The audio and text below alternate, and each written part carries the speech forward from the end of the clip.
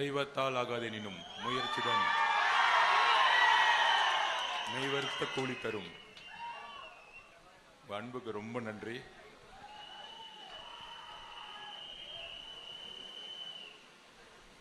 நம்மளுடைய கழக மாவட்ட செயலாளர் திரு அருள்ராஜ் அவர்களே, நம்மளுடைய வெற்றி வேட்பாளர், இன்னிலிருந்து அவர் பேர் நவல்பட்டு விஜய் இல்ல, திருவரும்பூர் விஜய்.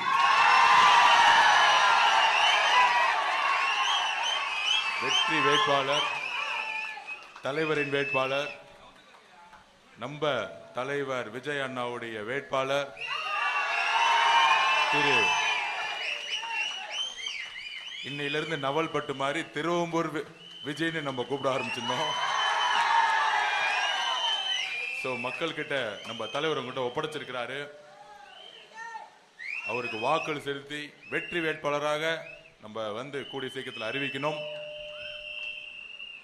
அதற்கப்புறம் அவருக்கு துணையா இருக்கக்கூடிய திரு மூர்த்தி அவர்களே, திரு கணேஷ் செல்வன் அவர்களே, திரு பார்த்திபன் அவர்களே, திருமதி துளசிமணி அவர்களே, திரு மில்டன், திரு சூரிய பிரகாஷ், திரு சாமிவேல் ராஜ்குமார், திருமதி மது ராம்பிகா, செல்வி எல்டன் குயின், திரு ரமேஷ், திரு ஜெகதீசன், திரு சௌமியா நாராயணன், திரு ஆம்ப்ரோஸ் கிளின்டன், திரு பொன்மூர்த்தி, திரு அருள் பிரசாத், திரு சிவலிங்கம், திரு விஜயபாஸ்கர், திரு பிரபாகர், திரு சுபாஷ் சந்திரபோஸ், திரு ரஞ்சித் என்கிற தங்கதுரை, திரு சந்திரசேகர், திரு நாகேந்திரன், திரு ரவிக்குமார், திரு ராம்குமார், திரு குணசேகரன், திரு பாரதி ராஜா, இன்னும் இன்னும் இன்னும் எவ்வளவோ நம்மளுடைய அம்மாக்கள், அக்காக்கள், சகோதரர்கள், சகோதரிகள் எல்லோருக்கும் என்னுடைய மனமார்ந்த வணக்கம்.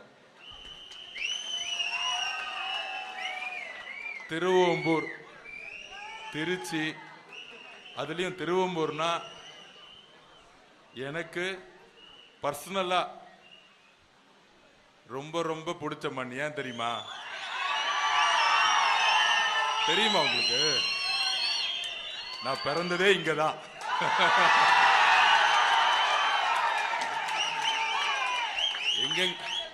எங்கெங்கயோ சம்பவம் பண்றோம், நம்ம ஊர்ல பண்ணாம இருப்போமா? அதான் நவல்பட்டு விஜய் அண்ணன் நிக்கிறாரு இங்க.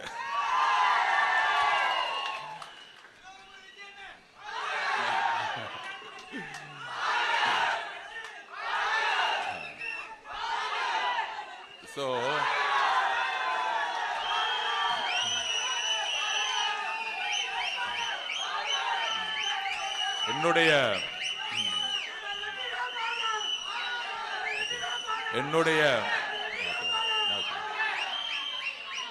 சின்ன வயசுல எல்லாத்துக்கும் தெரியும், என்னுடைய அம்மா இறந்த பிறகு, அம்மா அப்பாவை இழந்த பிறகு, என்னுடைய அம்மாவுடைய அண்ணன் தாய் மாமா அவரு தான் இங்க என்ன கொண்டு வந்தாரு. நம்ம பிஹெச்எல்ல தான் கொண்டு வளர்த்தாரு. என்ன அவர் பிஹெச்எல்ல ஒரு சாதாரண தொழிலாளி, ஒரு வெல்டர். அவரு அந்த பிஹெச்எல்ல 12 வருஷம் வளர்ந்த பையன். நான் 8 வருஷம் ஒய்டபிள்யூ ஸ்கூல்ல தமிழ் மீடியத்துல படிச்சு, 4 வருஷம் நம்ம ராமகிருஷ்ணா மிஷனுடைய பிஹெச்எல் ஸ்கூல்ல படிச்சு, தமிழ் வழி கல்வியில படிச்சு, 12 வருஷமே சத்துருவம் மட்டுமே சாப்பிட்டு வளர்ந்த உடம்பு இது. ஒரு வெல்டருடைய குடும்பத்தில் பிறந்து, விவசாய குடும்பத்தில் பிறந்து, ஒரு வெல்டர் குடும்பத்தில் வளர்ந்து, இந்த பிஹெச்எல் ஹாஸ்பிட்டல்ல பிறந்தவன் தான் நான். அதனாலதான் எப்ப தலைவர் இங்க பிரச்சாரம் காலையில ஆரம்பிச்சாரோ, சாயங்காலம் திருவம்பூர் வந்துட்டேன். தலைவர் ஆரம்பிச்சா நம்ம முடிக்கணும்ல. தலைவர் ஆரம்பிச்சுட்டாரு திருச்சியில. அதாவது எப்படி இருந்துச்சு பாத்தீங்களா பிரச்சாரம்? இன்னைக்கு பார்த்திருப்பீங்க. நேத்து நம்ம முன்னாள் முதலமைச்சர் மு.க. ஸ்டாலின் சார் வந்தாரு திருச்சிக்கு. வந்ததும் தெரியல, போனதும் தெரியல. வாமா மின்னல். திடீர்னு பார்த்தா காணும். அப்படி அந்த வடிவேல் படத்துல வர மாதிரி முதலமைச்சர் பிரச்சாரம் எப்படி இருக்குன்னா, காலையில பாவம் அந்த வாக்கிங் போவாங்களே அந்த மாதிரி ஒரு ரிட்டையர்மெண்ட் வாழ்க்கையை நேத்துல இருந்து கொடுத்துட்டாங்க. அப்படியே காலையில ஒரு வாக்கிங் போயிட்டு அதிலும் கூட இருக்க திமுக கூறங்கள்லாம் வச்சுக்கிட்டு கொள்ளடிக்கிற கூட்டத்தெல்லாம் வச்சுக்கிட்டு இவங்களை பார்த்த உடனே திமுக மக்கள்ல ஓடிட்டாங்க. ஐயோ, கூட்டிட்டு வர ஆள்லாம் யாரு? கொள்ளடிச்சுக்கிற கூட்டம். கொள்ளை அடிக்கிறதுக்கு ஒரு தலைவன் வந்த மாதிரி வாக்கிங் போறாங்க, நடக்கிறாங்க. அதுலயும் பாருங்க, நம்ம டிவி கேனா பயம் இல்ல, நம்ம தலைவர் விஜய் சார்னா பயம் இல்ல, நம்ம அண்ணன் மேல. ஆனா பிரச்சாரம் எங்க பண்ணது? திருச்சி கிழக்குல பிரச்சாரம் பண்ணாரா? அப்ப முதலமைச்சர் ஸ்டாலின் எங்க பயம் இருக்கு? திருச்சி கிழக்குல பயம். திருச்சி கிழக்கு பயம் இல்ல, திருச்சி ஃபுல்லாவே பயம். ஏதோ ஒரு அதிமுக தொகுதியில போய் பிரச்சாரம் பண்ணலாம்ல. என்னப்பா அவங்க தான் சொல்றாங்களே, எங்களுக்கும் அதிமுகவுக்கும் தான் சண்டை, திமுகவுக்கும் அதிமுக தான் சண்டை. அதாவது இவங்க எல்லாம் எப்படின்னா, ஃபுட்பால் மேட்ச் விளையாடனா நம்ம என்ன பண்ணுவோம்? ஆப்போசிட்ல ஒரு டீம் கூட விளையாடுவோம். இந்த வாரிசுன்னு ஒன்று இருக்கும் பாருங்க. இவங்கெல்லாம் என்ன பண்ணுவாங்கன்னா, இவங்களே ஒரு 5 பேர் அந்த பக்கம் செட் பண்ணிக்கிட்டு இவங்களே இந்த பக்கம் விளையாண்டு கோல் போட்டுக்கிட்டு நாங்க ஜெயிச்சிட்டோம் எப்பல இருந்து உட்கார்ந்தாங்க. அம்மா ஜெயலலிதாக்கு அப்புறம் அப்படிதான் எலெக்ஷன் நடந்துட்டு இருந்துச்சு. 3 எலெக்ஷன் அப்படிதான் நடந்துச்சு. ஆனா உண்மையான ஒரு லீடர் வந்தா எப்படி இருக்கும்? அம்மா ஜெயலலிதாக்கு அப்புறம்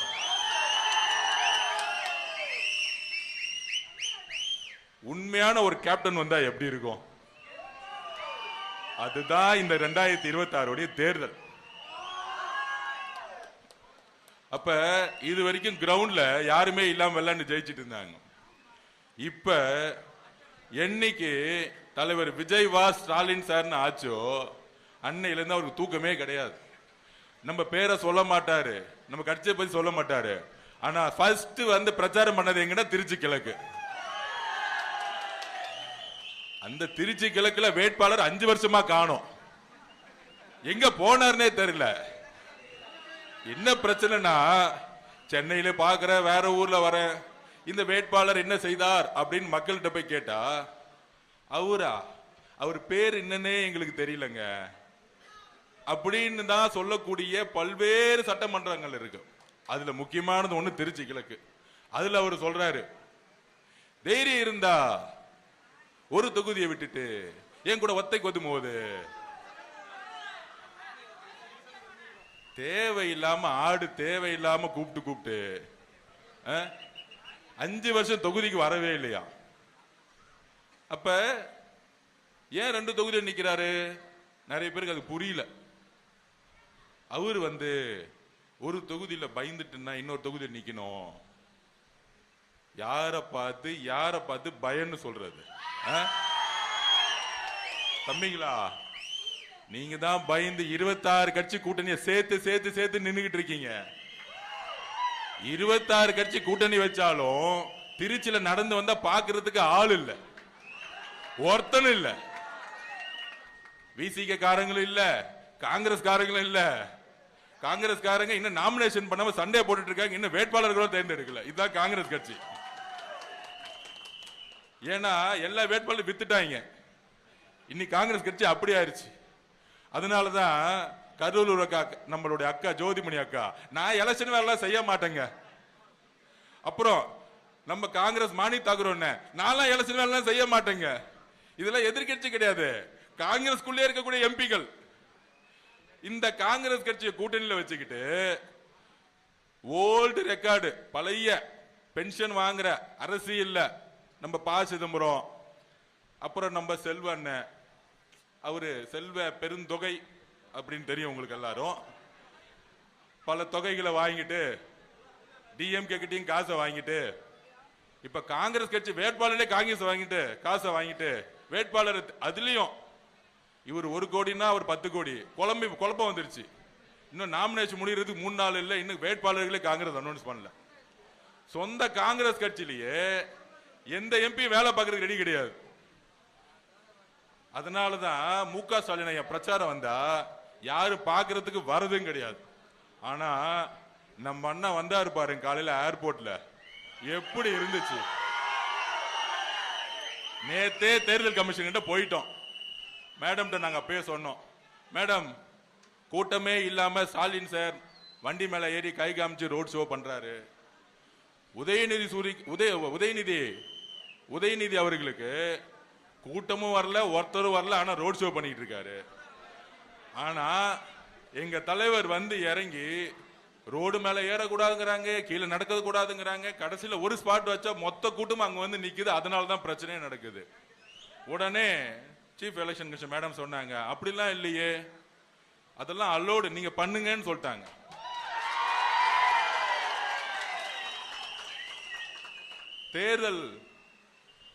தேர்தல் அதிகாரி மேடம் சென்னையில் அவங்க சொன்னாங்க, எல்லா வேட்பாளர்களுக்கும் நாங்கள் ஒன்னாதான் பார்க்குறோன்னு சொன்னாங்க.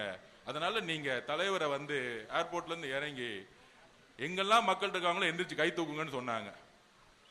தலைவர் ஏர்போர்ட்ல இறங்கி கை தூக்குனதான் மிச்சம், கீழே இறங்கவே முடியல.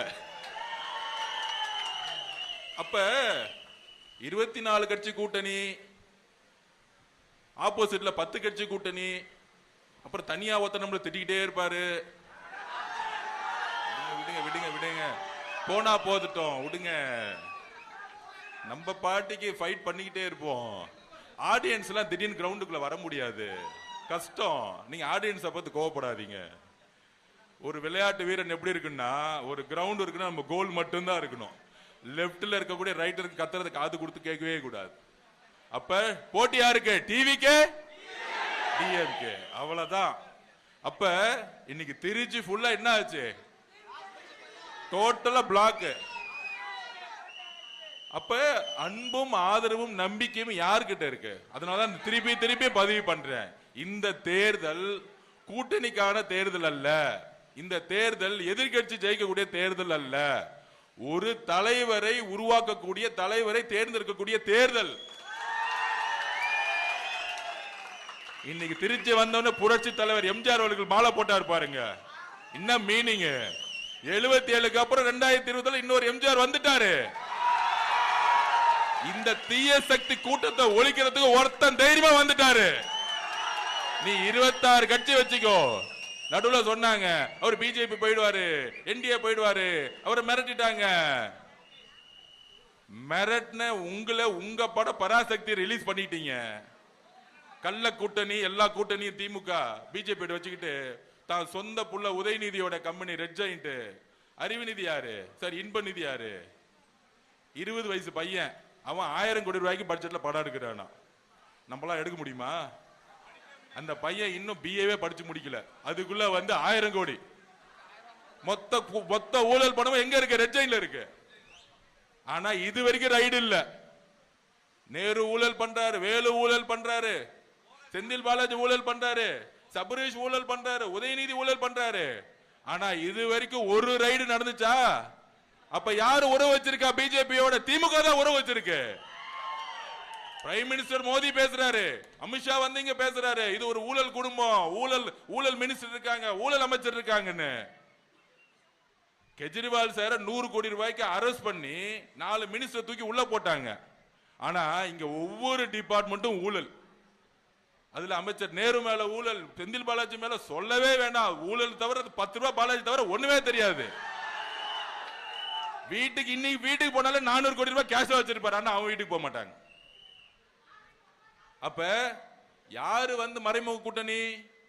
இஸ்லாமிய சகோதரர்களே, கிறிஸ்துவ சகோதரிகளே, தலித் சகோதரர்களே, நம்மளுடைய வாழ்க்கை முழுசும் கஷ்டப்பட்டு ஏழையா இருக்கக்கூடிய சகோதர சகோதரிகளை ஒண்ணு நினைச்சு பாருங்க.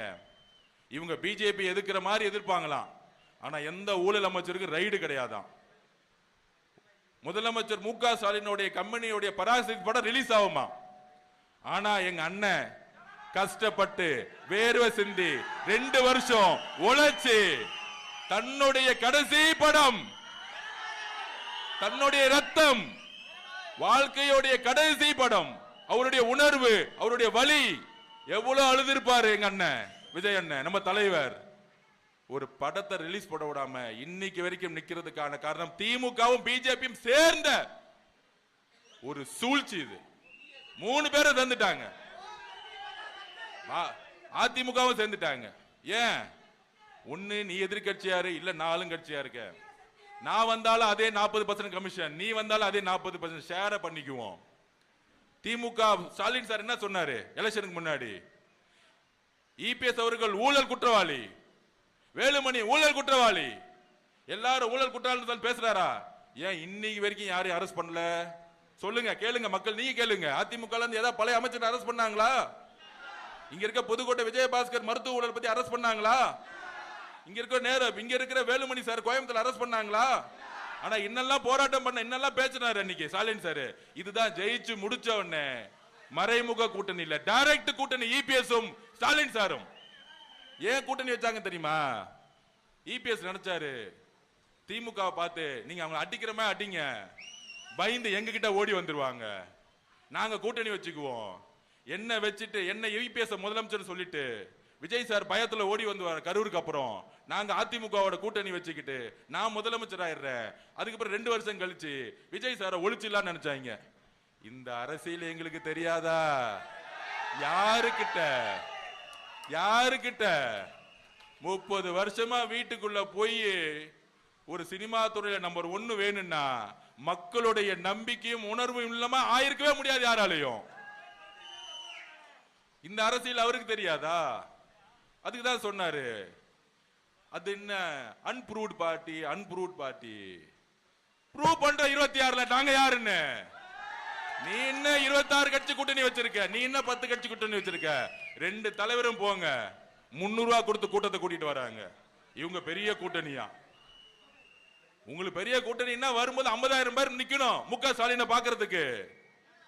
முக ஸ்டாலின் சாரை பாக்குறதுக்கு 50,000 பேர் வந்து நின்று இருக்கணும். ஏர்போர்ட்லயும் வெளியோ ரோட்லயும் நடக்க முடியாது, பயப்படணும். ஐயோ ரோட்ல நடந்தா மக்கள் நம்மளை தூக்கிட்டு போயிடுவாங்க, இடிச்சிருவாங்க, நான் வந்து மேலே நின்னுக்கிறேன். அப்படியா நடக்கிறாங்க? இன்னும் சரியா காத்து கூட போக மாட்டேங்குது அவர் நடந்து போனா. யாருமே கிடையாது. ஏன்னா மக்கள் வெறுத்து போயிட்டாங்க. 21ல நம்பிக்கை அவர் ஜெயிப்பு ஏதாச்சும் மாற்றம் பண்ணுவார் நினைச்சோம். கலைஞர் ஐயா ஊழல் பண்ணாரு, சரி இவராச்சும் வந்தா ஊழல் பண்ணாம நேர்மையாக குடும்ப ஆட்சி எல்லாம் பண்ணணும்னு நினைச்சாரு, பண்ணல. இப்ப தன்னுடைய மருமகனும் மகனும் ஊழல் பண்றதுக்காக மட்டுமே கட்சி வச்சுக்கிட்டாரு. இப்ப ஒரே குறிக்கோள் தன்னுடைய பையனை முதலமைச்சர் ஆக்கணும், அவ்வளவுதான். அப்ப அவங்களுடைய ஒரே டார்கெட் யாரு? நம்மளுடைய தலைவர், நம்மளுடைய விஜய் சார். அப்ப முதலமைச்சரா இருக்க வரைக்கும் என்ன பண்ணாங்க? எஸ்ஓபியை போடு, வீட்டை விட்டு வெளியே விடாத, வீட்டை விட்டு வெளியே வந்தா போலீஸ் வர விடாத. கொளத்தூர்ல பாத்தீங்கன்னு வச்சுக்கோங்க, போலீஸே கிடையாது. திடீர்னு ஆயிரக்கணக்கான மக்கள் வந்துட்டாங்க. ஏதாவது இடிச்சுக்கிட்டு கீழே விழுந்து ஏதாவது ஆச்சுன்னா தூக்கி பழி அவர் மேல போடு, அன்னையோட நேத்தோட பிரச்சாரத்தை முடிச்சிருவோம். இந்த கீழ்த்தரமான எண்ணம் தான் திரு மு க ஸ்டாலின் சார் அவர்களுக்கு அதிகாரத்தில் இருக்க வரைக்கும் இருந்துச்சு. அதனாலதான் தேர்தல் அதிகாரிகிட்ட நேற்று போனோம். மேடம், எங்களுக்கு ஒன்னே ஒரு ரிக்வெஸ்ட் தான், எங்க தலைவர் வெளியே வரும் பொழுது எங்களுக்கு கூட்டம் கூட வேணாம். திருச்சி போனா திருச்சியில் நின்று பேசிட்டு போனா 5 கோடி பேர் பாக்குறாங்க டிவியில, எங்களுக்கு எந்த பிரச்சனையும் இல்லை, எங்களுக்கு கூட்டமே தேவையில்லை. ஆனால் மக்களை ஒழுங்குபடுத்தணும், எல்லா சாலைகளை ஒழுங்குபடுத்தணும் சொன்னாங்க. திருச்சி காவல்துறைக்கு எங்களுடைய மனமார்ந்த நன்றி. இங்க இருந்த கமிஷனருக்கும் இங்க இருந்த டிசி சாருக்கும் எங்களுடைய மனமார்ந்த நன்றி. காவல்துறை இன்னைக்குதான் ஒழுங்கா செயல்பட்டுச்சு திருச்சியில. நாங்க சும்மா எல்லாம் குற்றச்சாட்டு சொல்ல மாட்டோம். ஏன்னா மு க ஸ்டாலின் சாருடைய அழுத்தம் திருச்சி காவல்துறை கிட்ட இல்ல. அதுதான் தேர்தல் அதிகாரி இன்னைக்கு இங்க ஸ்ட்ராங்கா இருக்காங்க, நேர்மையா இருக்கிறாங்க. அதனாலதான் இன்னைக்கு வந்து தலைவர் நின்று கூட்டத்தை கரெக்டா ஆர்கனைஸ் பண்ணி கரெக்டா பேசிட்டு போக முடிஞ்சு. ஆனா கொளத்தூர்ல அது நடக்கல.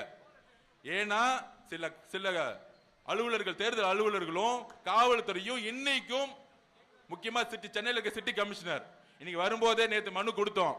தலைவருடைய மனுக்கு இன்னைக்கு ஒரு ரிசல்ட் வந்திருக்கு. டிஜிபி மாத்திட்டாங்க. இன்னைக்கு இப்ப டிஜிபி மாத்திட்டாங்க. நேர்மையான அரசு இருக்கும் பொழுது நம்மளுடைய தலைவருடைய பிரச்சாரத்தை யாராலும் நிப்பாட்ட முடியாது. இதுதான் உண்மை. சோ அப்படி இருக்கும் பொழுது பிரச்சாரம் ஸ்டார்ட் ஆயிருச்சு. இன்னுமேட்டு அவரை நிப்பாட்ட முடியாது. மக்களுடைய எழுச்சி, கோடானு கோடி எழுச்சி இனிமேட்டு பார்க்க போறாங்க. அப்ப திருவம்பூர்ல என்ன, எதுக்காக நம்ம ஜெயிக்கணும்?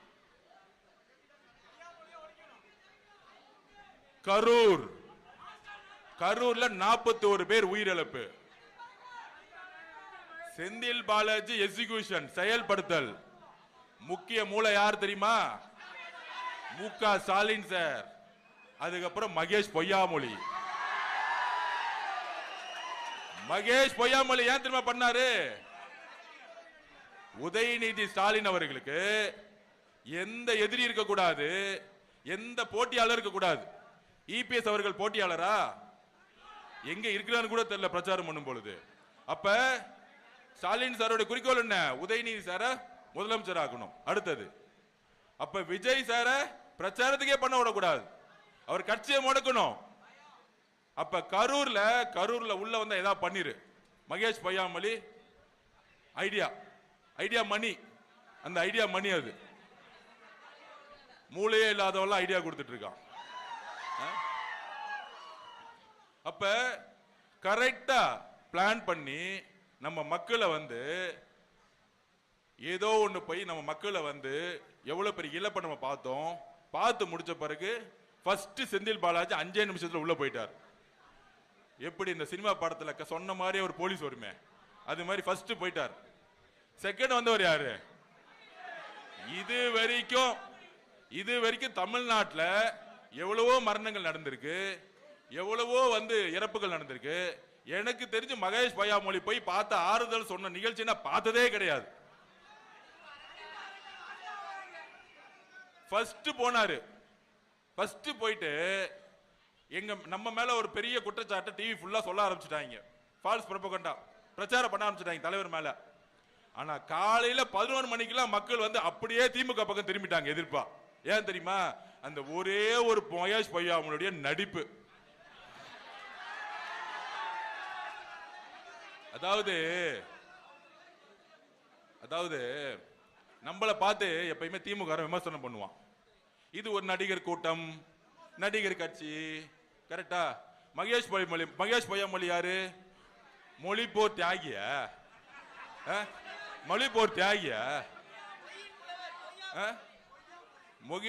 மகேஷ் பொய்யாமொழியில மகேஷ் பொய்மொழி, பொய்மொழினா கூப்பிடுங்க.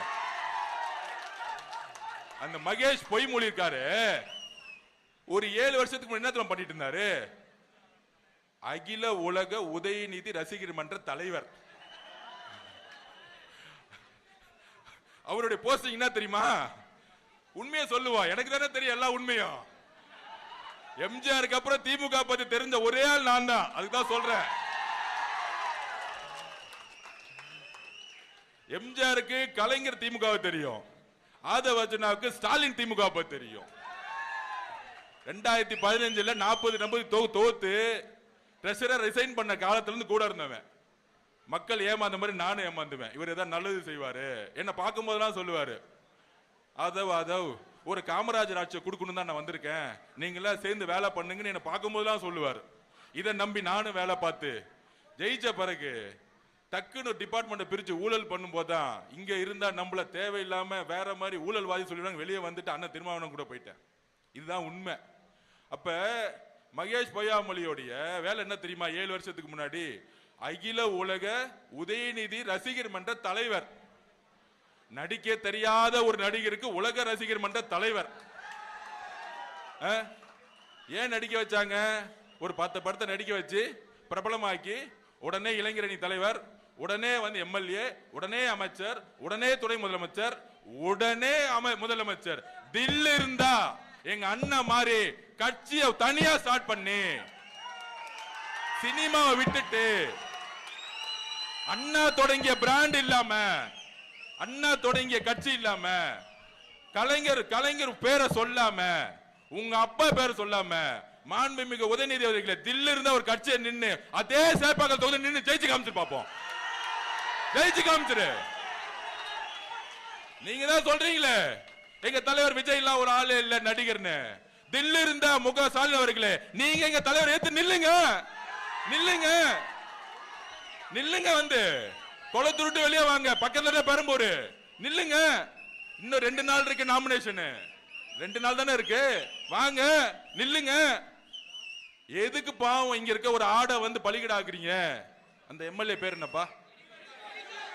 புரியல என்ன பாவம் அவங்களுக்கு ஒரு ஆடு வேணும் இல்ல வெட்டுறதுக்கு. பாவம் அண்ணன் எனக்கு தெரிஞ்சவர் தான் அவரு. கேட்டா வந்து கிறிஸ்துவ தோழர்களுக்கு நாங்கள் வந்து கொடுக்கிறோம், ஒன்னும் கொடுக்க மாட்டாங்க, ஏமாத்துவாங்க. பேசும்போதே சொன்னாரு, பேசும்போது என்ன பேர் சொன்னாரு அண்ணா அன்னைக்கு பேரு வேட்பாளர் படிக்கும் போது? ஜோசப் விஜய் ஆகிய நான் சேலஞ்ச் விட்டாரு. நான் ஒரு சிறுபான்மை சமூகத்தில் வந்தாலும் என்னுடைய பெயரை தெளிவா சொல்லுன்னு சொன்னாரு. ஆக்சுவலா அப்படி எங்க அண்ணன் எங்க தலைவர் விஜய் சார் தான் உங்களுக்கு ஆளே இல்ல. முக ஸ்டாலின் சார் வந்து நில்லுங்க, திருச்சி கிழக்குல வாங்க. ஏன் குளத்தூர்ல நிக்கிறீங்க? பக்கத்துல பெரம்பூர்ல வந்து நில்லுங்க. ஏன் சேப்பாக்கத்துல உங்க கலைஞர் வந்து செட் பண்ண ஒரு தொகுதிய வச்சிருக்கீங்க? உங்க மகனை தைரியம் இருந்தா தில் இருந்தா பக்கத்துல பெரம்பூர்ல நிக்க வைக்க வேண்டியதானே? அது போட்டி பேரே தெரியாத அளவுரை நிக்க வச்சுக்கிட்டு எங்களுக்கு பயம் இல்ல, எங்களுக்கு பயம் இல்ல. இந்த வடிவேல் சொல்லுவானே, பில்டிங் ஸ்ட்ராங் பேஸ்மெண்ட் வீக். அதுதான் முக ஸ்டாலினோட நிலைமை. இப்படி நின்று பேசலாம்னு வச்சுக்கோங்க, கை மட்டும் இப்படி அசையும், கால் கிடு கிடு கிடு கிடுன்னு ஆடிட்டு இருக்கும். சோ இன்னைக்கு திமுகவோட நிலைமை அதான், பில்டிங் ஸ்ட்ராங்னு சொல்லிட்டு கால் ஆடிட்டு இருக்கு, பேஸ்மெண்ட் வீக். 26 கட்சியை சேர்க்கிறாங்க. அதுல இன்னொரு தகவல் சொல்றேன், நம்ம திருமானா இருக்கார் பாருங்க, பிசிகே சட்டசபையில தேர்தல்ல 15 வருஷம் கழிச்சு வராரு. நான் அது அப்பயே சொன்னேன், சட்டசபை தேர்தல்ல போட்டி போட்டு வாங்கினேன் அப்படின்னு. இப்ப வராரு. அதுல என்னத்துமா சொன்னாரு? இதுல இருந்தே அவர் ரிசல்ட் அனௌன்ஸ் பண்ணிட்டாரு. 2026க்கு அப்புறம் கள நிலவரம் மாற போகுது. அதனால விசிகேல யார் யாரெல்லாம் திமுக ஆதரவு எம்எல்ஏ இருந்தா அவனுக்கு சீட்டு கொடுக்கல. இதுதான் நான் அன்னைக்கே சொன்னேன், அண்ணன் கட்சியில பாதி பேர் திமுக இருக்காங்க, தயவு செஞ்சு சீட்டு கொடுக்காதீங்க, கட்சியை உடைச்சிட்டு போயிடுவாங்க. கரெக்டா முடிவு பண்ணார் இன்னைக்கு. இதுல இப்போ லேட்டஸ்ட் நியூஸ் என்னன்னா, நம்ம சபரிஷும் யாரு முக ஸ்டாலினுடைய மருமகனும் உதயநிதி சாரும் முக ஸ்டாலின் சாரும், தலித் சகோதரர்களே இந்த உண்மையை புரிஞ்சுக்கோங்க, அண்ணன் திருமானனை கூப்பிட்டு காட்டுமன்னார் கோயில்ல மாநில அரசியலுக்கு வரக்கூடாதுன்னு பேசியிருக்காங்க. என்ன அநியாயம் பாத்தீங்களா? விசிகே கட்சியை டிசைட் பண்ணதுக்கு முக ஸ்டாலின் சார் யாரு? இந்த அநியாயத்தை நம்ம கேட்கணுமா இல்லையா? நம்ம வெளியில தான் இருக்கிறோம். ஏன் தெரியுமா?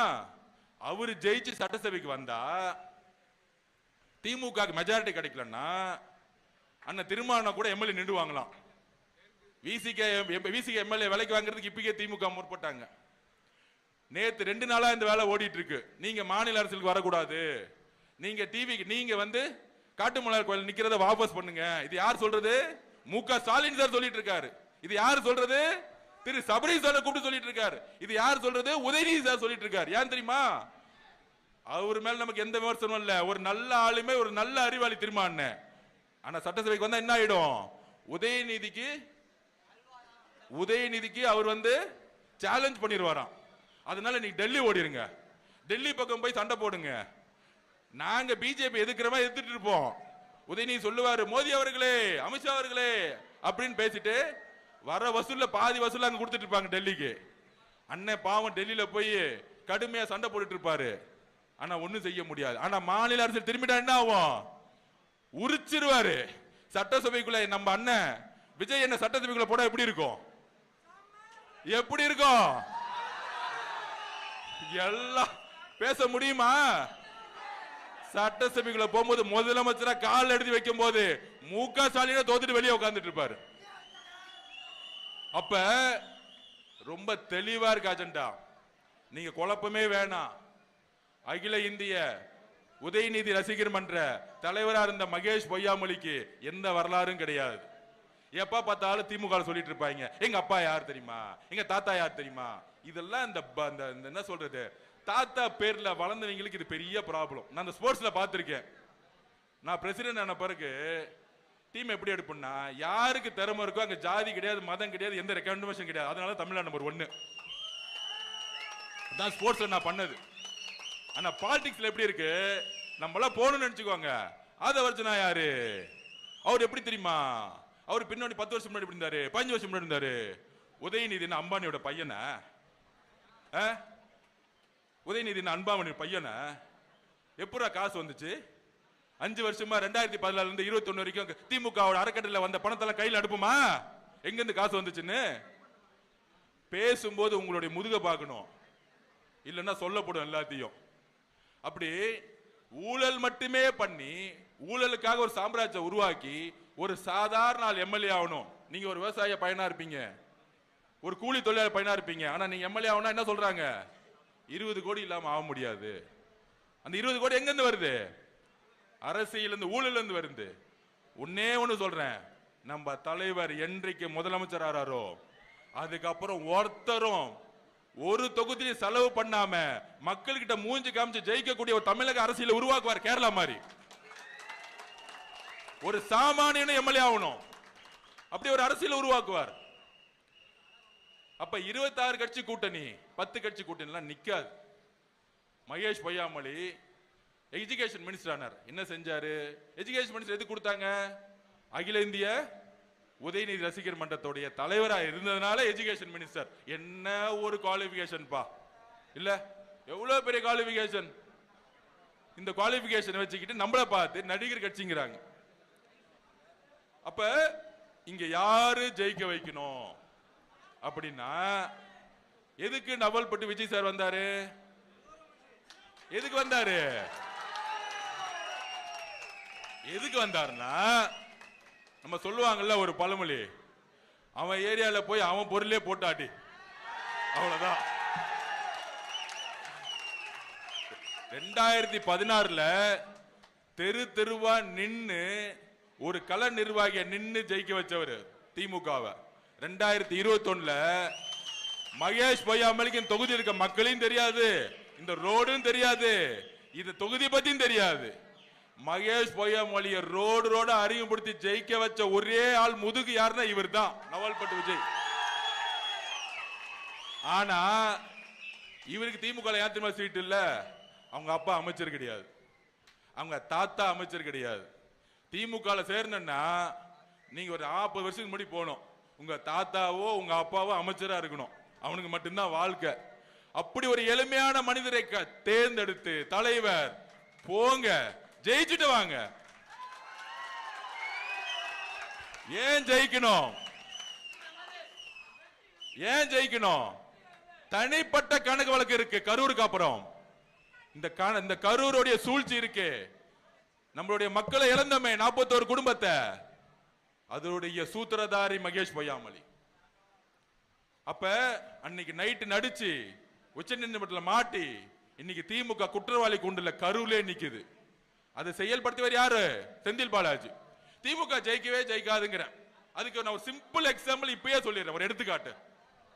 மீடியா நண்பர்கள் நல்லா பாருங்க. அப்புறம் இந்த திமுகல ஒரு 200 பேர் காசு வாங்கிட்டு மீடியால உட்காந்துக்கிட்டு வாய்க்கிலே பேசுவாங்களே, அவங்களும் கொஞ்சம் நேரம் மூஞ்ச பாத்துக்கோங்க. நான் பதில் சொல்றேன். திமுக பெரிய கட்டமைப்பு இல்ல, கரெக்ட் தானே? பெரிய கட்டமைப்பு, நாங்க 75 வருஷ கட்டமைப்பு. அதுல இன்னைக்கு மு க ஸ்டாலின் சார் யார பயங்கரமா கொண்டாடுறாரு? நீங்களே சொல்லுங்க. ஒரு பெரிய தேர்தல் அறிவாளி, ஒரு பெரிய தைரியசாலி அப்படின்னு யார சொல்றாங்க? இப்ப லேட்டஸ்டா வந்த செந்தில் பாலாஜியா. எனக்கு அவரை பத்தி தெரியும். இடி ரைடு வந்தவருக்கே என்ன ஆச்சுன்னு நான் சொல்ல முடியாது. நாங்க எங்க தலைவர் சிபிஐ ரைடு வரும்போது எல்லா என்கொயரி அட்டெண்ட் பண்ணிட்டு வெளியே வரும்போது எந்திரிச்சு நின்று கை காமிச்சிட்டு வந்தவர் எங்க தலைவர்.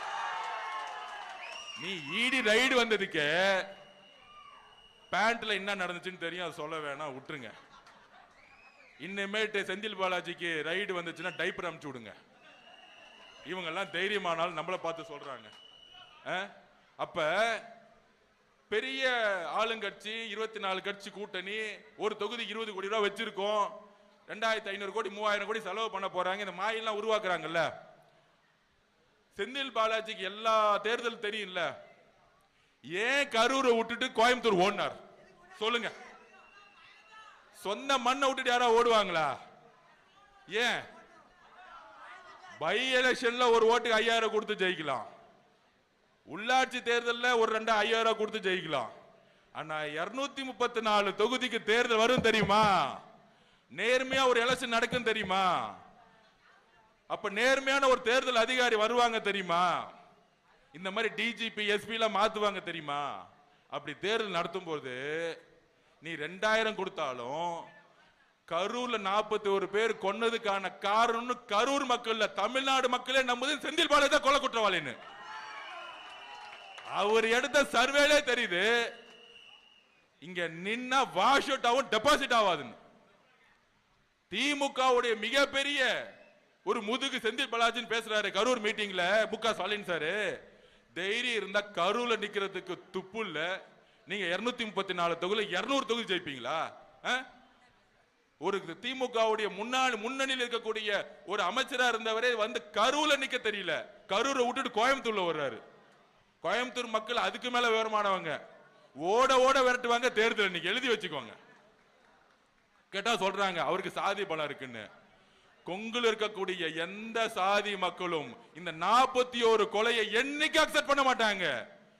கொங்கு சகோதரர்கள் அமைதியை விரும்புவாங்க. தமிழ்நாட்டில் இருக்கக்கூடிய ஒவ்வொரு சகோதரர்களும், ஒவ்வொரு ரீஜனில் இருக்க சகோதரர்களும் அமைதியும் நம்பிக்கையும் வளர்ச்சியும் மட்டுமே எதிர்பார்க்கிறாங்க, ஊழல் இல்லாம. அப்ப நம்ம தலைவர் எதுக்காக வந்திருக்காரு? நம்ம தலைவர் யாரு? நம்ம தலைவரை மக்கள் பார்க்க வராங்க. அதுவும் பெண்கள் குழந்தைங்களோட ஓடி வராங்கன்னா தலைவர் விஜய் அவர்கள் மேய்ச்சி வச்ச நம்பிக்கையும் அன்பும். தலைவர் விஜய்னா என்ன தெரியுங்களா? நம்பிக்கை. தலைவர் விஜய் என்றால் நம்பிக்கை. தலைவர் விஜய் என்றால் நம்பிக்கை. இந்த நம்பிக்கையை எம்ஜிஆர் உருவாக்கினார், அம்மா ஜெயலலிதா உருவாக்குனாங்க. ஆனால் அதற்கு அப்புறம் இந்த தீய சக்தி எதிர்த்து யாராலும் உருவாக்க முடியல. அந்த நம்பிக்கை எப்படி உருவாகும்? நீ எவ்வளவு பிரஷர் வேணா பண்ணு, டெல்லி பிரஷர் பண்ணட்டும், பிஜேபி பிரஷர் பண்ணட்டும், நான் சொன்ன மாதிரி என் மக்களுக்காக என் உயிரே போனாலும் நிக்கிறேன்னு சொன்ன தலைவர் மேலதான் மக்கள் நம்பிக்கை வைப்பாங்க. நான் சொன்ன மாதிரி என்னுடைய சொத்துக்கள் எல்லாத்தையும் தூக்கி போட்டு நான் இன்னைக்கு நீங்க யோசிச்சு பாருங்க, பெரிய பெரிய நடிகர்களா இருக்காங்க, அவங்க பேரை சொல்ல விரும்பல. இன்னைக்கு ரெட் ஜெயின்ல போய் நம்ம தலைவர் விஜய் சார் அரசியல் வேணாம் அக்ரிமெண்ட் போடுங்கன்னு சொன்னா, சன் டிவில போய் அக்ரிமெண்ட் போடுங்கன்னு சொன்னா எத்தனாயிரம் கோடி சம்பளம் கிடைக்கும்? எத்தனாயிரம் கோடி சம்பளம் கொடுப்பாங்க? 300 கோடி 400 கோடி. ஏன்னா திமுக பணத்தை தூக்கி போட்டு பணத்தை வச்சுக்கோ, அரசியல் பக்கம் வராது. ஏன்னா 50,000 கோடி ரூபாய் அடிக்கிறான். இந்த மாதிரி ஆளுங்க காசை கூட செட்டிங் பண்ணிடுவாங்க. ஆனா தன்னுடைய உணர்வு பூர்வமான படத்தை நிப்பாட்டினாலும் சரி, நீ என்ன மிரட்டினாலும் சரி, என் மேல வந்து கொலை குற்றச்சாட்டு சொன்னாலும் சரி, சிபிஐ என்கொயரி போய் நான் போய் கை கட்டி என்ன வந்து அசிங்கப்படுத்தலாம் நினைச்சினாலும் சரி, நான் உறுதியாக நிற்கிறேன். தமிழக மக்களுக்கு மாற்றத்தை கொடுக்க வந்திருக்கிறேன் சொன்னவர் நம்முடைய தலைவர். அந்த துணிவு நம்ம கிட்ட இருக்கு. அண்ணாக்கு அப்புறம் தோழர்களை நம்புங்க, அண்ணாக்கு அப்புறம் எம்ஜிஆருக்கு அப்புறம் அம்மா ஜெயலலிதாக்கு அப்புறம் டெல்லியோடைய எந்த விதமான அடிப்பணிகளுக்கும் இருக்கக்கூடிய ஒரே தலைவர் நம்மளுடைய விஜய் அவர்கள். அப்ப இந்த கரூருக்கு நம்ம பதில் கொடுத்தே ஆகணும். கரூர்ல இருக்கக்கூடிய 41 பேர் இறந்ததுக்கு, அவங்களுடைய ஆத்மா சாந்தி அடைகிறதுக்கு, அவங்களுக்கு நியாயம் வழங்குறதுக்கு, நீதி வழங்குறதுக்கு, திருவம்பூர் தொகுதி மக்களே, நான் இங்க தான் பிறந்தேன். நவல்பட்டு விஜய் இல்ல, திருவம்பூர் விஜயா பாருங்க. அவரை ஜெயிச்சுட்டு வந்தா ஒவ்வொரு எம்எல்ஏவும் ஜெயிக்கும் போதுதான் அவர் விஜயா பார்க்காதீங்க, இனிமேட்டு விஜய் அண்ணனாவே பாருங்க. ஒவ்வொரு வேட்பாளரும் விஜய் அண்ணனாவே பாருங்க. ஒவ்வொரு வேட்பாளரும் ஜெயிக்கும் பொழுது நமக்கான ஒரு மெஜாரிட்டி கவர்மெண்ட் தலைவரோட தலைமையில உருவாக்க முடியும். அப்ப நமக்குள்ள எவ்வளவு குழப்பங்கள், எவ்வளவு சண்டைகள் இருந்தாலும் நம்ம தலைவருக்காக எல்லாத்தையும் தூக்கி போட்டு எல்லோரும் ஒற்றுமையா இருந்து, மகேஷ் பொய்யாமொழி ஒண்ணுதான் தெரியும், ஓட்டுக்கு 2000 ரூபாய் கொடுப்பாரு, அதை தவிர ஒண்ணுமே தெரியாது. அவருடைய எஜுகேஷன் டிபார்ட்மெண்ட் என்ன பண்ணாரு? 20,000 பேருக்கு வேலை கொடுக்கறேன்னு சொன்னார். ஆசிரியருக்கு கொடுத்தாரா? 2,500 பேருக்கு கூட கொடுக்கல. ஆசிரியர்களே இல்லாம இன்னைக்கு ஸ்கூல் எஜுகேஷன் போயிட்டு இருக்கு. சத்துணவு சாப்பிட்டு நான் வளர்ந்தேன். இன்னைக்கு ஞாபகம் இருக்கு, சாம்பார்னு ஒண்ணு கொடுப்பாங்க, வெறும் மஞ்சள் தண்ணி தான் கிடைக்கும், தோரம் பருப்பே இருக்காது. ஏன் தெரியுமா? அந்த தோரம் பருப்பை குழந்தைங்களுக்கு கொடுத்துட்டு சொல்லி ஊழல் பண்ணிட்டு இருப்பாங்க அங்க சத்துணவு டிபார்ட்மெண்ட்ல. இன்னைக்கு நடந்துட்டு இருக்கு. முட்டை கொடுப்பேன்னு சொல்லுவாங்க, இத்தனை கிராம்னு ஒரு வரைமுறை இருக்கு. ஆனா ஒரு குட்டியை ஒரு முட்டை கொடுத்துட்டேன்னு கணக்கு எழுதுவாங்க. 100 பேர் கொடுத்துட்டேன்னு 30 பேர் கொடுத்துட்டு 100 பேர் கணக்கு எழுதுவாங்க. எல்லாத்துலயும் ஊழல் ஊழல் அடிச்சு அடிச்சு அடிச்சு கடைசி நிமிஷத்துல 2000 ரூபாய் கொடுத்தா ஜெயிச்சிரும் ஒரு தேர்தல் உருவாக்கி இருக்காங்க பாருங்க. இத ஒழிக்கணும்னா நமக்குள்ள எந்த பிரச்சனையும் இருக்க கூடாது. எல்லோரும் ஒண்ணு சேரணும். கட்சியில புதுசா வந்தவங்க, 20 வருஷமா இருந்தவங்க, 10 வருஷமா வந்தவங்க அப்படிலாம் கிடையாது. தலைவர் யாரை வேட்பாளர் அனௌன்ஸ் பண்ணாரோ இனிமேட்டு அவங்க பேரு விஜய் இல்ல, விஜய். அதுதான் நம்ம புரிஞ்சுக்கணும். ஒவ்வொரு சட்டமன்ற உறுப்பினரும் தேர்ந்தெடுக்கும் பொழுது அவங்களுடைய கணக்குகள் கண்காணிக்கப்படும். ஒவ்வொரு 3 மாசமும் மக்கள் பார்வைக்கு சட்டமன்ற உறுப்பினர்களுடைய சொத்துக்கள் ஓபன் ஆகணும் தலைவர் எங்ககிட்ட சொன்னாரு. அவரோட சொத்து மட்டும் டிக்ளேர் இல்ல, ஒவ்வொரு சட்டமன்ற உறுப்பினர் ஒவ்வொரு அமைச்சர்களுடைய கணக்கு வழக்குகள் ஒவ்வொரு 3 மாசத்துக்கும் பொது பார்வையில் வைக்கப்படும். ஊழலை ஒழிக்கிறதுக்காக மட்டுமே தலைவர் வந்து நேர்மையான ஆட்சி கொடுக்க வந்திருக்காரு. அதுக்காக தான் இவ்வளவு அழுத்தம். 75 வருஷ கட்சி நம்மளை பார்த்து ஏன் பயப்படுது? இவர் வந்துட்டா மாசம் வருஷம் 20,000 கோடி 30,000 கோடி அடிக்கக்கூடிய ஊழல் அடிக்க முடியாது. மகன் முதலமைச்சராக முடியாது. சோ இப்படி ஒரு கட்டமைப்பு அவங்க உருவாக்குவாங்க. நீங்கெல்லாம் இன்னையிலிருந்து பிரச்சாரத்துக்கு போகும்பொழுது பொதுமக்களுடைய ஆதரவை நான் இன்னைக்கு சொல்றேன். இன்னைக்கு நாங்க எடுத்த சர்வேல நம்ம 4% திமுக லீடிங்ல இருக்கிறோம். இந்த தொகுதியில ஒட்டுமொத்த பெண்களும், ஒட்டுமொத்த தலித் சகோதரர்களும், ஒட்டுமொத்த இஸ்லாமிய கிறிஸ்தவ சகோதரர்களும் மாறிட்டாங்க. இங்க ஜாதி மதம்லாம் கிடையாதுங்க.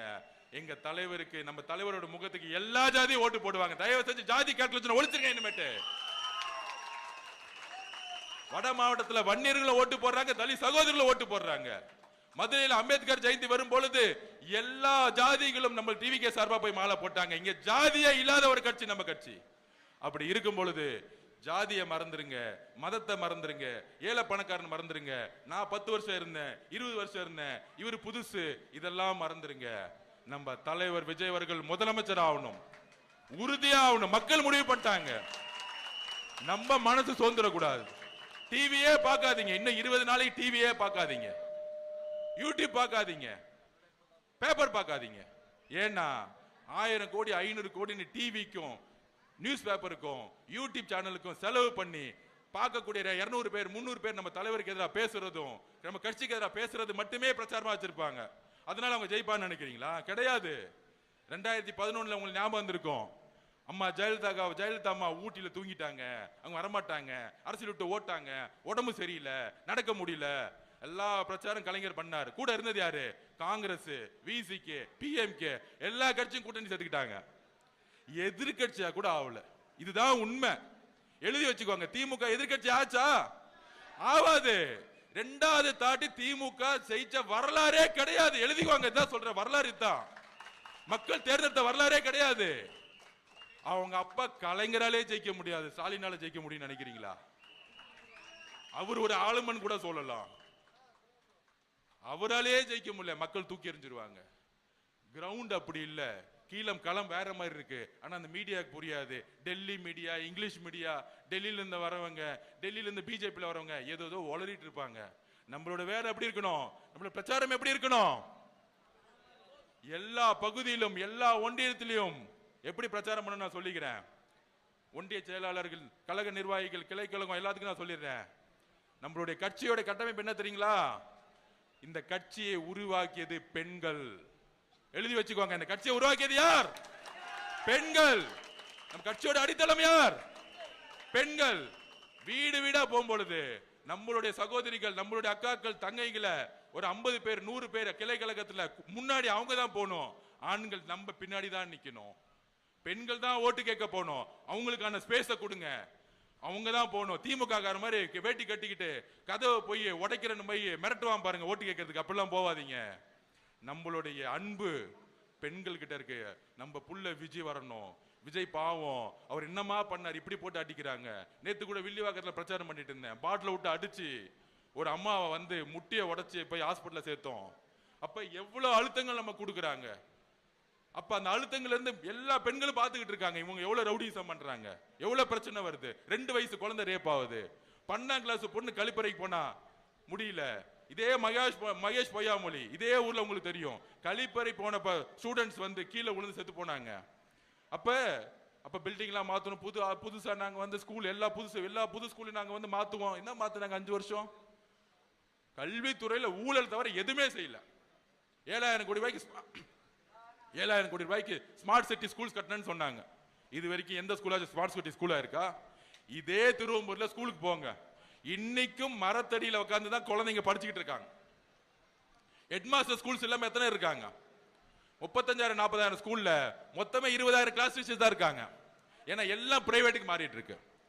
அப்படி இங்க இருக்கக்கூடிய அமைச்சர் இருக்காரு, சும்மா உதயநிதியை சுத்திட்டு வந்தா போதும் நம்ம ஜெயிச்சிடலாம் அப்படின்னு ஒரு அரசியலை வந்து இங்க உருவாக்கிட்டு இருக்காங்க.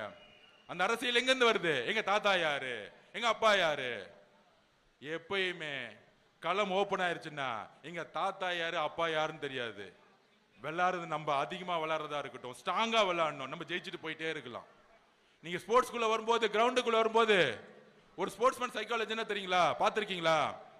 ஒரு கிரவுண்டுக்குள்ள போகும்போது நம்ம ஆப்போசிட்ல இருக்க வாலிபால் விளையாடுறோம், ஃபுட்பால் விளையாடுறோம், கிரிக்கெட் விளையாடுறோம். நம்ம யாராச்சும் பார்ப்போமா? ஆப்போசிட்ல அவங்க அப்பா யாரு, அவங்க தாத்தா யாரு? இல்ல, இன்னும் திறமை இருக்கு அவனுக்கு, நம்ம அடிப்போமா, அடிக்க முடியுமா? அப்படி திறமை இல்லாத கூட்டம் தான் திமுக. வெறும் காசை எடுத்துட்டு மட்டும்தான் வருவான், பேசக்கூட தெரியாது. அதனால அகில உலக உதயநிதி ரசிகர் மன்ற தலைவராக இருந்த திரு மகேஷ் பொய்யாமொழி அவர்களை திருப்பியும் அதே சங்கத்துக்கு வீட்டுக்கு அனுப்பிச்சு விடுங்க. திருவம்பூர் விட்டு முதல் துரத்துங்க. அவருக்கு இந்த தொகுதிக்கு முதல் சம்பந்தமே கிடையாது. திருப்பியும் சொல்றேன். ஏன் தெரியுமா? திருச்சி விட்டு வெளியே வந்தாரு. ஏன் வந்தார் தெரியுமா? திருச்சி டவுன்ல நின்னா நேரனே தோக்கடிச்சிருவாரு. இது அவங்க கட்சி பாலிடிக்ஸ். அதனால ஓரமா வந்துட்டாரு. இப்ப போதும், நம்ம திருவம்பூர் விஜய் என்ன போதும், நம்ம தலைவருடைய முகம் போதும், பேச்சு போதும், மொத்தமா காலி பண்ணிடலாம். அதனால 1977 ரிசல்ட் திருப்பி ரிப்பீட் ஆகுது. எம்ஜிஆருக்கு அப்புறம் ஒரு மிகப்பெரிய மாற்றம். எப்படி அரவிந்த் கெஜ்ரிவால் ஒரு புதிய மாற்றத்தை டெல்லியில கொண்டு வந்து உருவாக்குனாரோ, நண்பர்களே நம்ம நம்புங்கள், நம்ம இன்னைக்கு திமுகவோட அதிகமான ஓட் பேங்க்ல இருக்கோம். திமுகவோட மிகப்பெரிய தனியாளா இருந்தாலும் நம்ம திமுக அதிகமா இருக்கிறோம். நம்மளுடைய களப்பணி, பெண்களை முன்னாடி விடுங்க, அவங்கள பிரச்சாரம் பண்ண விடுங்க. ஒவ்வொரு வீடும் திறந்து அவங்க வசிப்பாங்க. நான் என்னுடைய தொகுதியில போகும்போது வீட்டில் இருக்க எல்லா பெண்களும் ஓடி வந்து கண்டிப்பா விஜயனுக்கு தான் ஓட்டு, உங்களுக்கு தான் ஓட்டுன்னு சொன்னாங்க. மக்கள் மாற்றத்தை விரும்புறாங்க. 82% மக்கள் மாற்றம் வேணும்னு நினைக்கிறாங்க. அதனால நம்ம உறுதியா இருந்தா போதும், மிகப்பெரிய வெற்றியை நம்மளால் உருவாக்க முடியும். அதை நம்புவோம். மிகப்பெரிய வெற்றி. வரலாறு என்னத்துமா சொல்லும்? மே 4ஆம் தேதி 24 கட்சி கூட்டணி உருவாக்கின ஸ்டாலின், 10 கட்சி இருந்த எதிர்கட்சியா இருந்த தலைவர், ஆனால் சிங்கிளா டிவிக்கு மெஜாரிட்டியோட ஜெயிச்சு ஒரு வரலாறு உருவாக்க முடியும். அதனால இந்த வெற்றியை உறுதிப்படுத்த நம்மளுடைய களத்துல ஒவ்வொரு நாளும் நமக்குள்ள பல்வேறு குழப்பங்களும் இல்ல பல்வேறு பிரச்சனைகளும் இருந்தாலும் மனசுக்குள்ள தூக்கி போட்டு நம்மளுடைய தலைவர் அவர்கள் விஜய் அவர்கள் ஜெயிக்கணும் ஜெயிக்கணும் ஜெயிக்கணும். அவர் ஜெயிச்சாதான் அடுத்த தமிழ்நாடு மாற்ற முடியும். திருப்பியும் திமுக வந்தா தமிழ்நாடு யாராலுமே காப்பாற்ற முடியாது. இந்த குடும்பம் மொத்தமா எல்லா ஊர்ல இருக்க தொழில் எடுத்துரும். சினிமா துறையை மட்டும் இல்ல, எல்லா இங்க இருக்கிற மணல், காவிரி இருக்க மணல் மொத்தமா டெண்டர் போட்டு எடுத்துட்டாங்க. இது மாதிரி எல்லா ஒவ்வொரு துறையில இருக்க எல்லாத்தையும் வந்து கைப்பற்றிடுவாங்க. ரோட கைப்பற்றிடுவாங்க, எல்லாத்தையும் ஊழல் மேல ஊழல் பண்ணிடுவாங்க. நேர்மையான ஆட்சி வேணும்னா மாற்றம் உருவாகணும். அதுக்கு நம்ம தலைவரை முதலமைச்சராக ஒவ்வொரு வேட்பாளரும் ஜெயிக்கணும். இது வேட்பாளர்களுக்கான தேர்தல் இல்ல. நான் திருப்பியும் சொல்றேன், நவல்பட்டு விஜய் அவர்களை திருவம்பூர் விஜய் அவர்களா மாத்தணும். ஏனென்றால் விஜய் என்பவர் நம்மளுடைய தலைவர் விஜய் அவர்களா பாருங்க. அப்படி பார்த்துட்டீங்க. திருச்சி கிழக்குல ஏதாவது சண்டை இருக்கா? இல்ல. ஏதாச்சும் குறை இருக்கா? இல்ல. ஏன்னா அண்ணன் நிக்கிறாரு. இதுதான் எல்லா 234 தொகுதி அண்ணன் நிக்கிற மாதிரியே நினைச்சு எல்லோரும் மேல செய்யுங்க. இது எம்எல்ஏ கால தேர்தல் இல்ல, நம்முடைய தலைவர் விஜய் அவர்கள் முதலமைச்சராக ஆக்கக்கூடிய தேர்தல்ங்கிறத பதிவு பண்ணி எல்லோரும் ஒற்றுமையுடன் சேர்ந்து மிகப்பெரிய பலத்துடன், முக்கியமா பெண்கள் சக்தியுடன் நம்ம ஆட்சி மாற்றத்தை உருவாக்குவோம். நன்றி, வணக்கம்.